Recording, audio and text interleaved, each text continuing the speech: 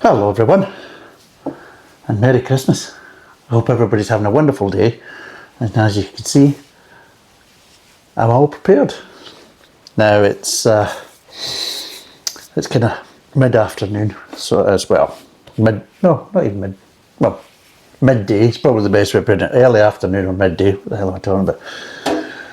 But anyway, as I was saying, I'm actually looking forward to today. I'm quite good. I'm in a good mood, and I'm reviewing a cake today. Marvellous. Ha! Now, what I'm going to be doing is I've got this keg from a brewery that I would put down as being very hit or miss, because there's been times where I've had stuff from this brewery and it's been really nice and wonderful, really has been. And then other times I've had the same stuff from the brewery and it's been lacking. It's just not been up to, the expected standard. And I've had this quite a lot in the bottles. I have, and to the point is I just won't drink any beer in the bottles from this brewery, just because I've had too many disappointments.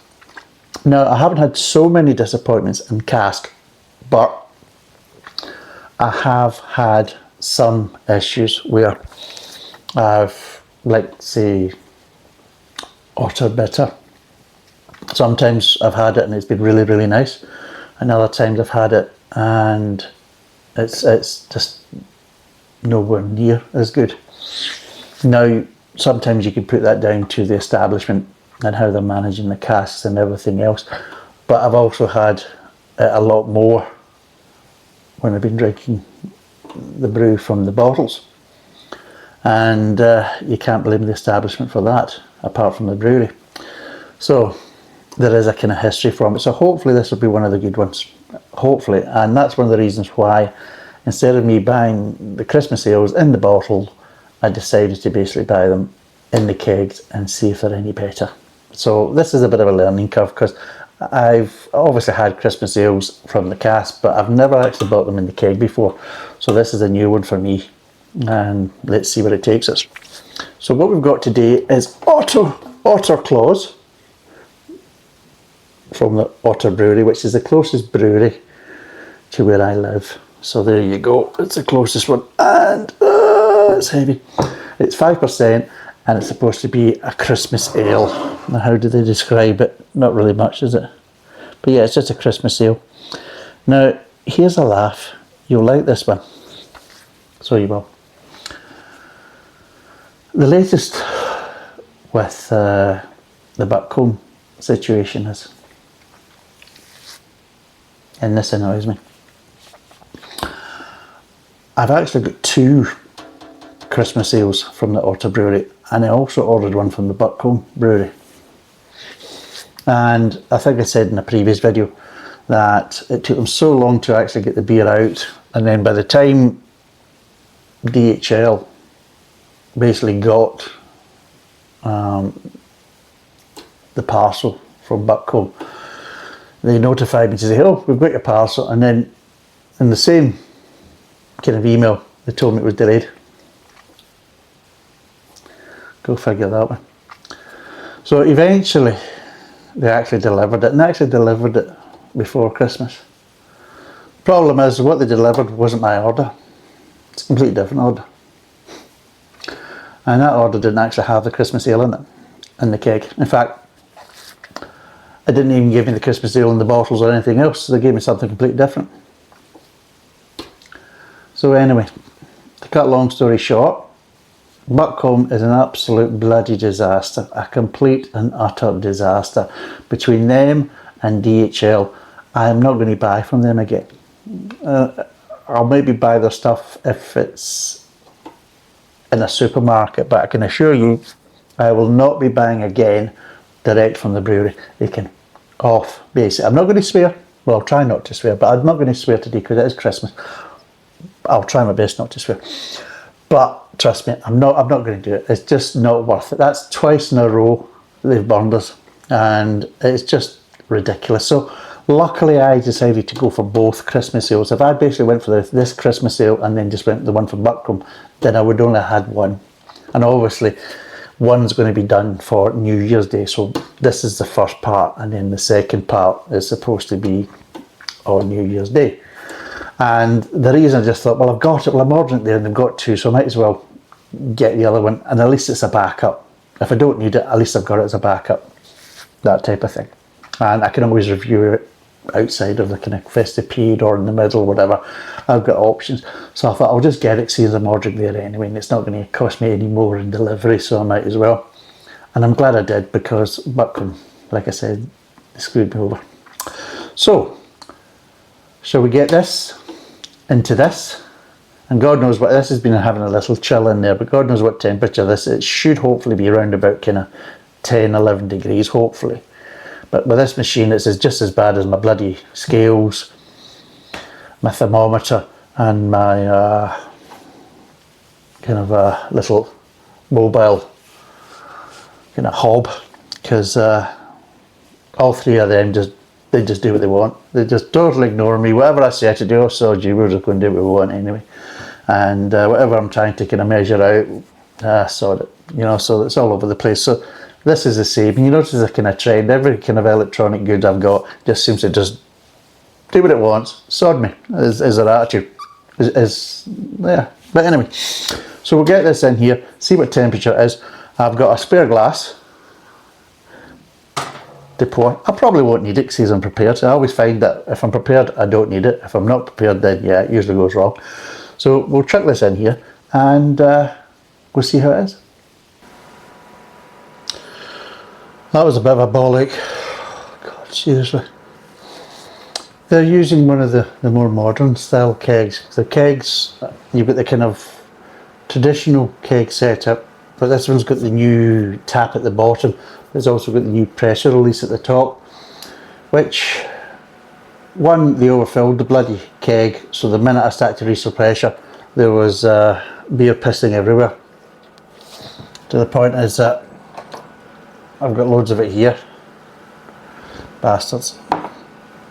Secondly, because it's got the new kind of pressure release valve at the top, once you've actually released the pressure and you pull the little kind of, oh God, I'll show you the little tab that you pull off. So you turn this to release the pressure and then you pull it off, and it allows you to put your actual kind of tap attachment down into the keg.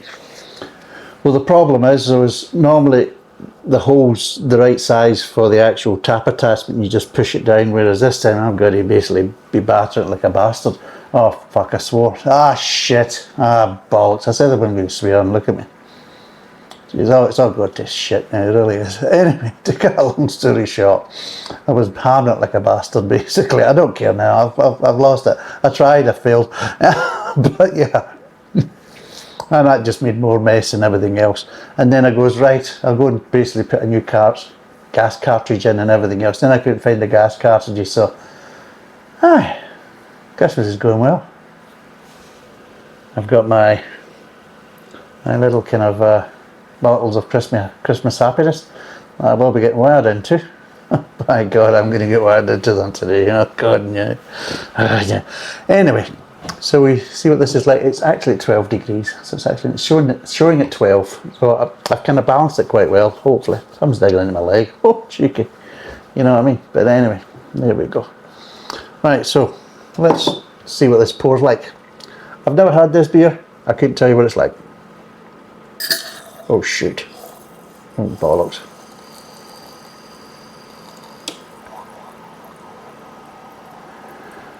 Well, it's a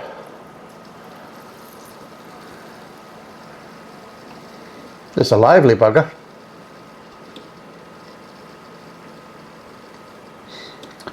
I think this is what they call in the beer industry as a bit radio rental. Seriously. God.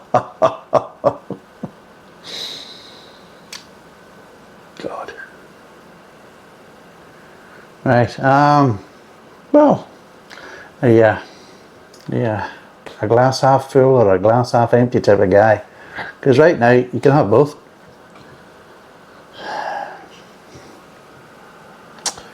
Right, anyway. So I'll try a full one, see what it's like. Shall we give it a wing wang one?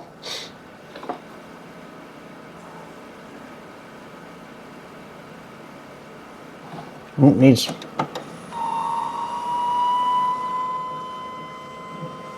some gas.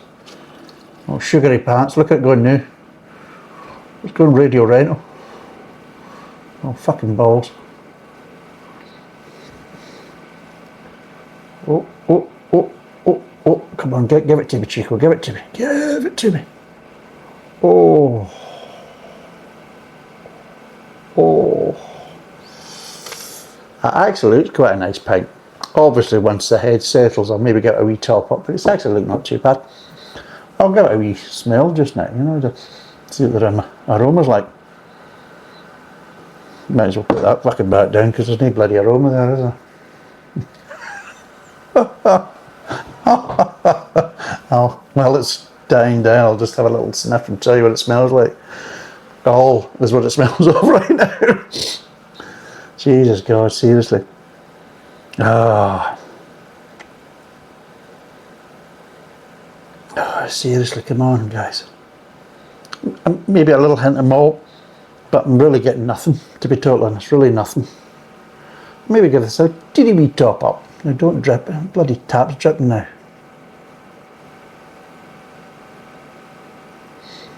Oh.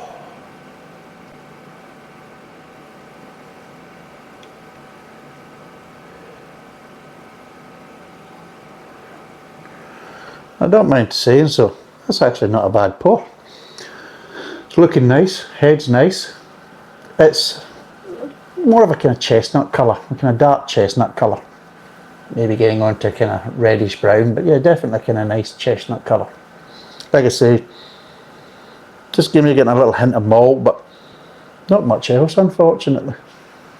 And you know, I'm just seeing my microphone's on because I'm quite bad for basically knocking it and switching it off. Right, let's see what it tastes like.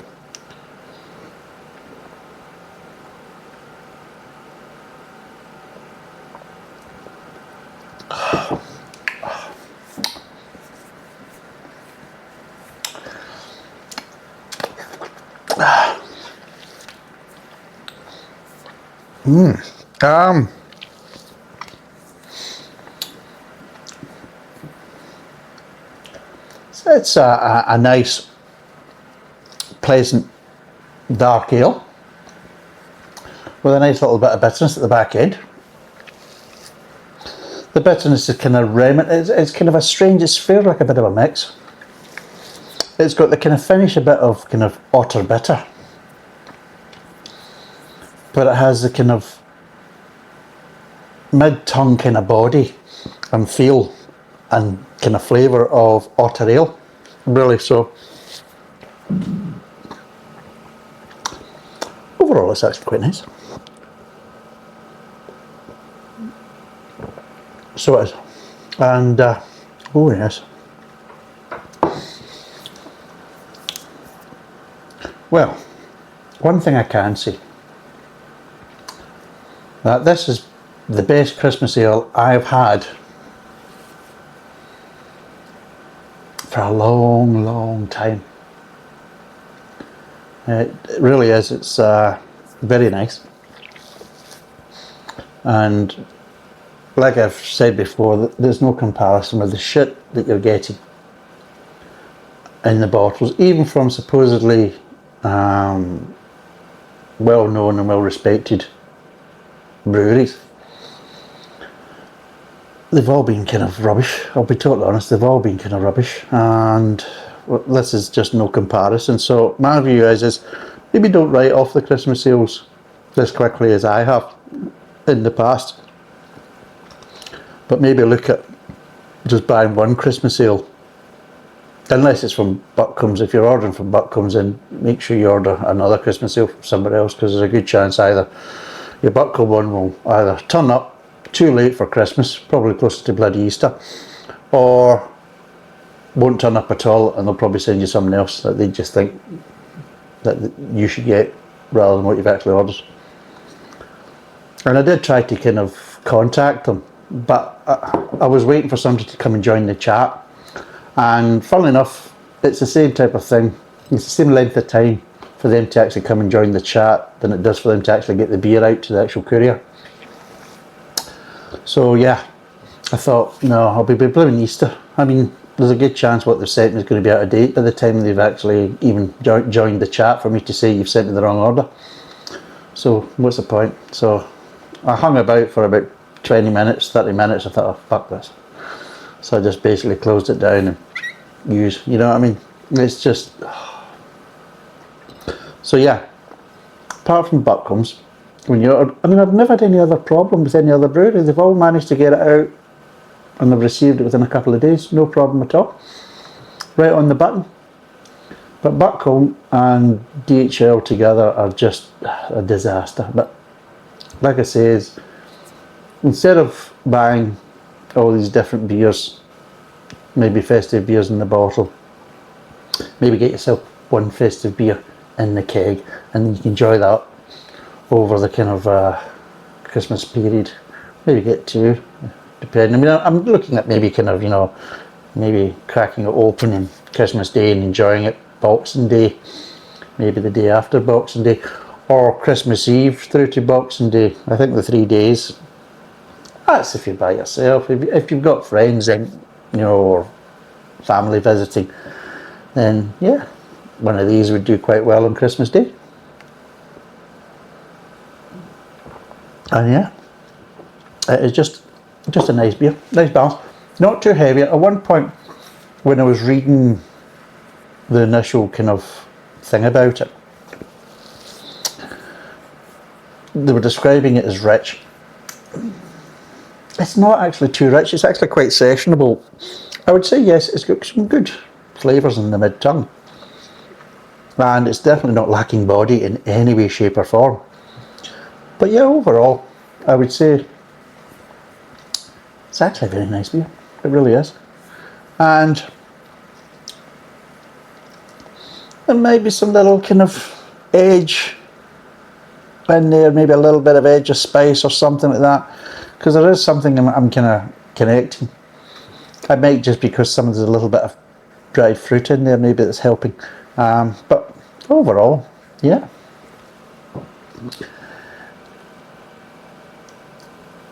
It just has a really nice mouthfeel, nicely balanced. The flavours are quite sessionable, but still a decent intensity.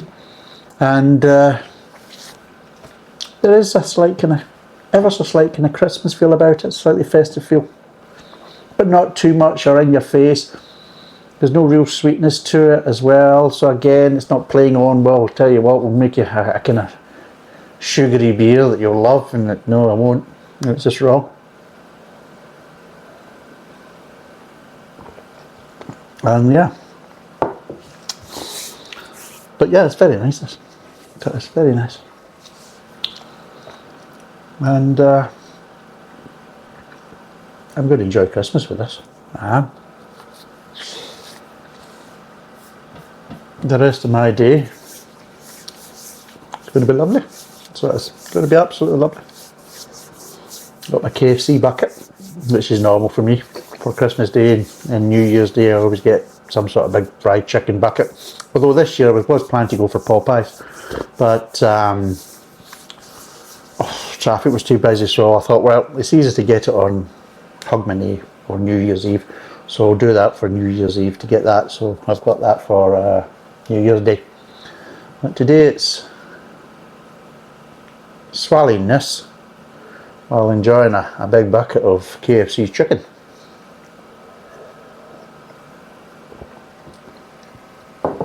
I actually don't mind cooking Christmas dinner and things like that, but there's really no much point by myself. So I'm quite happy just to do that.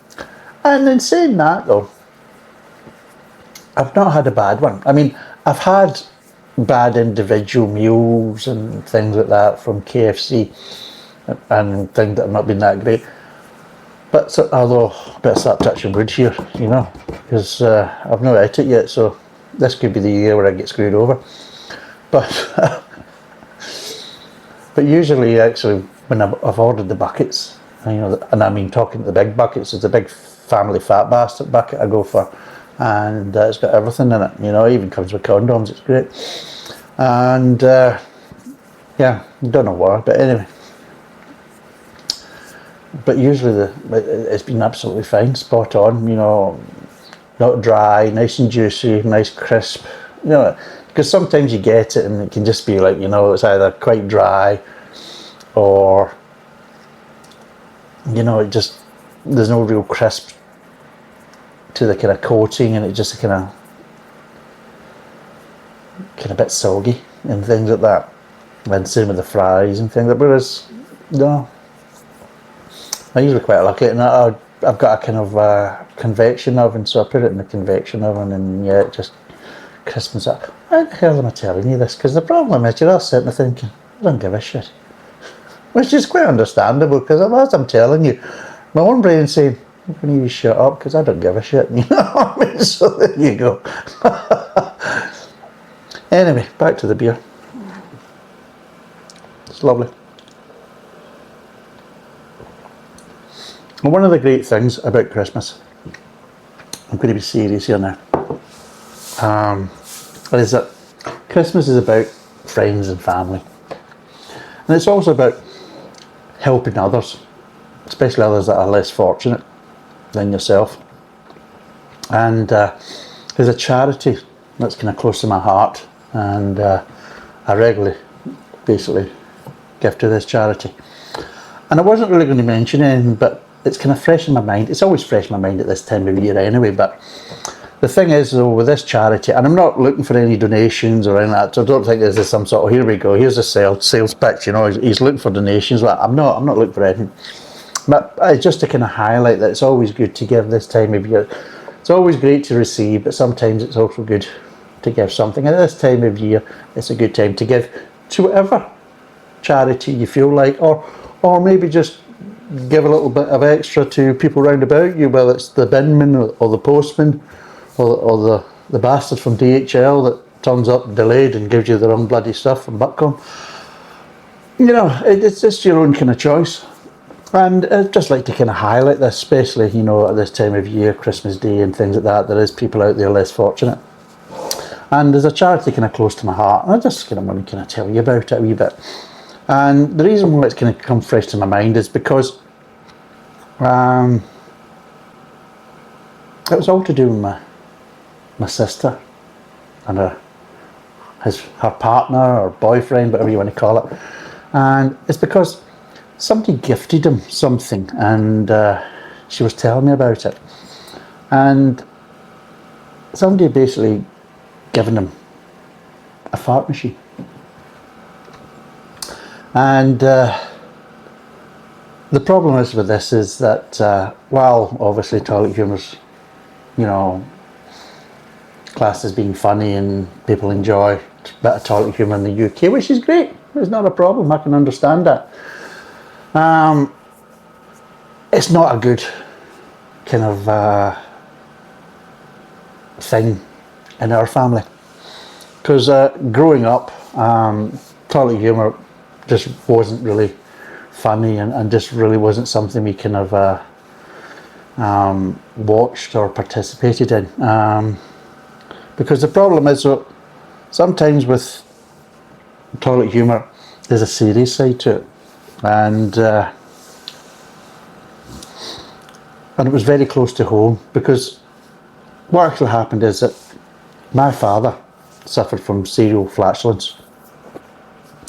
And, well, let's be totally honest, he really did suffer with it. I mean, for a large majority of his life, that my father suffered from ring sting, so he did. To the point it got so bad that he couldn't actually sit upright on a proper seat anymore, especially when he was basically watching the television. He used to have to kind of slouch and kind of lounge, and yeah, he used to almost like lie flat out with the, you know, with a poof. Faye. supporting his feet, and yeah, it was a quite a hard time for everybody, because one of the things people don't realise, especially with flatulence, everyone's a victim, you know. To a certain degree, there's no escape from it, and one of the problems is with flatulence is it affects everybody in the family. I mean, a good example is that one of my sisters actually lost her taste in men due to some of the odours and gases she was basically subjected to as a young child. And I mean, even the family dog suffered with it. I mean, there's many a time the family dog ended up out in a cold, wet garden because we couldn't determine whether it was my father or the dog. And when you asked my dad, he always lied and said it was the dog. So yeah, everybody's affected. I mean, even simple things as birthdays. I mean, there was usually a fight to try and get somebody to actually light the candles on a birthday cake, just in case, you know, something untoward happened and there was an explosion. So you've got to look at it this way. It's something that isn't talked about. And it's one of the kind of taboo subjects is serial flatulence. And yeah, unfortunately, my dad suffered with it. And I think because we loved him so much, we all suffered with it. Not literally, of course, but I think there was a lot of after effects going on. But there's charity, which helped my dad, which is something that is close to my heart. Not too close, of course, but there's something that's fairly, well, arm's reach. And yeah, it helped my dad. And that charity is basically the flatulence, anus and renal treatment services. And it's done a lot of things. And one of the major things is it showed my dad he could still be a valuable member of society. And yeah, it was very important. And it also taught my dad that even though with the affliction he had, there was always people worse off than him. And I think that helped him. And what he wanted to do, once he realised that, he wanted to give back. And through the flatulence, anus and renal treatment services, they helped him give back. And he spent a lot of time doing things and helping disadvantaged children. And one of the things he used to really enjoy was helping them on their birthdays. Because what he used to do was he used to basically inflate their balloons. And I remember seeing the faces in some of them children. I mean, it was wonderful. Until one of the balloons burst, and yeah, anyway. But yeah, it was quite a marvellous time. And it was good. And it just basically helped my dad through his affliction. So when you are basically having a little laugh at toilet humour, you've got to remember that some people are actually suffering with some of these issues and problems. And it's always good to give at this time of year. Thank you. But yes, anyway, back onto the beer.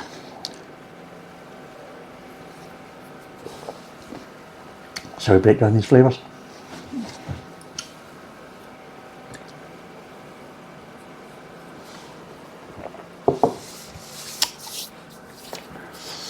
Right, you get a nice bit of malt, nice kind of slightly toffiness.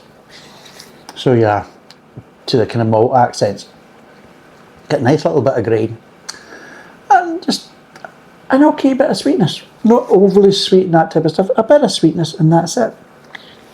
Now it's quite strange though, because there's quite a nice malt tones there. When you're getting little hints of it in the aroma, but you're getting nothing really else, which is very strange. When it moves on to the kind of mid-tongue, the sweetness kind of stays the same. The good thing is that level of sweetness, which is very slight, is there from front to back. just a nice level, not too sweet in any way, shape or form, just a nice level for a good traditional kind of dark ale. You know, going towards kind of like, you know, a traditional chestnut ale or bitter, that type of stuff. And the toughness is kind of edges is still there. You get a nice bit of grain, but as it moves over into the mid-term and you just start getting closer towards the kind of middle of the mid-term, you just start getting little accents. Now, it feels like kind of dry fruit. It's not distinct. It just feels there's a little kind of fruity edge to it. But again, not too strong because again, it is quite sessionable, as you can probably see. And as it moves towards the back end of the mid-term, you maybe get ever so slight little hints of what accents, what could be construed as spice. I might be kind of imagining it, but that's basically what it feels like to me, and it just seems to kind of tie in with these little fruity accents, these kind of little dry fruit accents. You're not really getting anything floral in there, but you are getting sort of like very light kind of dry fruit kind of accents. As it starts getting closer to the back of the mid-term and towards the back of the mouth, that's when you start getting the bitterness, and it just starts to kind of ramp up a wee bit, and it's just a nice level of bitterness. Actually, surprisingly enough, is I'm not looking for any more. I just think that the way the beer is, it's just the right level of bitterness, which is strange coming from me, but I just feel that this type of beer really shouldn't be too bitter, but it's still a decent amount of bitterness there, which obviously keeps me happy. So yeah, that's quite good. And I'm not saying it lingers, but what it does is the last kind of flavour profile to dissipate, because all the rest kind of fairly dissipate fairly quickly, but the last flavour that just slightly kind of hangs on is that bitterness, but not in a bad way, in quite a nice way. So it is. And yeah, that's the kind of last flavour profile that I've got kind of hanging about in the back of the mouth, but at a nice level, not any pininess or that type of stuff. It's a nice traditional English ale bitterness, and it's just nice actually. And I just feel they've got the balance right between the bitterness, between the sweetness, and also the kind of intensity of the flavours, because the flavours, there's a decent intensity to the flavours. Mid-tongue maybe doesn't have the clarity, but I don't think I'm really looking for the clarity of flavours. I think the important flavours are clear enough, and I don't really want the accent flavours to be too clear, because I think it would maybe drag away a little bit from the sessionability, because there's a nice drinking feel to this, not just with mouth feel and everything else, but just the way the flavours are and everything else, and what the flavours are. I think it's just nice from that point of view. And yeah, it is very, very drinkable, very sessionable, and yeah, I would definitely recommend getting this beer, but I'd probably recommend getting other festive beers from other breweries in the mini keg. I would say don't waste your time getting it in bottles, because I don't think you're really getting. Now, price wise, what was this? I'm trying to remember now. I'm sure this was roughly about 23, it's either 23 quid or 26 quid, I think. Not really quite sure. There was two, obviously I've got two, and I think this was ever so slightly more expensive than the other one. So it's either, the other one was 21, I think it's either the other one was 21 and this was 23, or this was 26 and the other one was 23. So there was a couple of quid difference. But overall, I would definitely say it's been a far better investment buying this keg than it has been buying and reviewing all these previous Christmas ales and things like that, and festive ales in the bottle, because I'll be totally honest, they've just been a disappointment. That's just reality.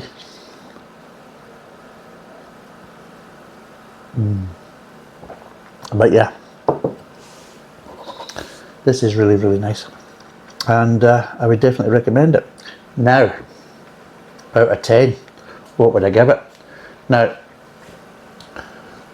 oh, there's a question. Now, what would I give it out of 10? Oh, I don't know. To review it as a Christmas ale, just to review it, I mean, as a Christmas ale, it's nice. As a normal ale, it's nice. And that's where we're at just now. I mean, it's nice. It's a nice ale in its own right. I mean, it's an ale you could drink any time of the year. You know what I mean? And yeah, I would definitely say, as a Christmas ale, out of all the ones I've kind of had in the bottles and everything else, oh, it's way above it. So, as a Christmas ale, I would give it an 8. It's a nice kind of Christmas ale, very drinkable, very sessionable. I mean, obviously I'm here myself, but if it was basically, you know, with a group of friends or family members and that type of stuff, and they drank beer and things like that, then yeah, I could see them getting wired into this very easily and really enjoying it, and probably be disappointed when you got to the end of it, and probably kind of be a bit napped that you only bought one. So maybe that's the situation if you've got a load of beer drinking friends or a load of family members that like to come and visit at Christmas time. Then if you're going for this type of beer, maybe get a couple of them, you know, from that point. But even as a beer in its own right, just a normal standard kind of English ale, you know, it is very enjoyable. And yeah, I would definitely give it. I'm going to give it an 8. Actually, I'll be totally honest. I'm going to give it an 8, just as an everyday drinking ale, because I'll be totally honest. I went to a pub and I'd never tried this before, and it was poured in front of me. I'd be really happy with it, and I would go back and get more, and I'd be quite happy to sit drinking this for the rest of the night, you know. And that's the thing that stands out. Not only is it nice and feels kind of right for the kind of festive period, but it's just a nice ale in its own right that you would just enjoy drinking, you know, in a pub. And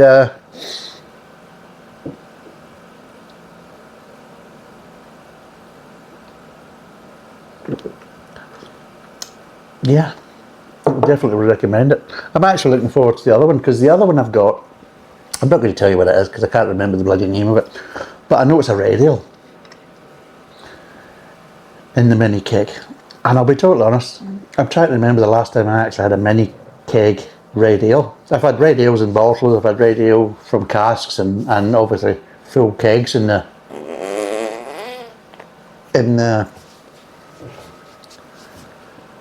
pubs and things like that. But I've never had, obviously, a red ale in a mini keg. So this will be an interesting one. So look out for the New Year's Day review, because I think that'll be interesting. And it is a lower alcohol than this one. This is 5%, so it's a lower alcohol. I think it's, obviously I'll confirm when I do the review on New Year's Day, but I think it's round about 3.8 kind of mark, and I think that's going to be really quite nice. So I'm looking forward to that. So the festive period doesn't end for me when I finish this keg, because I'm looking forward to basically trying another one. Just a shame that I didn't get the other one from Buckcombs, but at the end of the day, that's life. At Christmas time, you don't always get what you want, you know, and that's one of the big problems with Christmas. It's like basically democracy. You don't always get what you want, no matter how good you are, you know. But yeah, so it's 8 out of 10. It's a 5 litre mini keg. I'll put the price down below. It's 5% ABV. Thanks for watching. Cheers. And bye for now.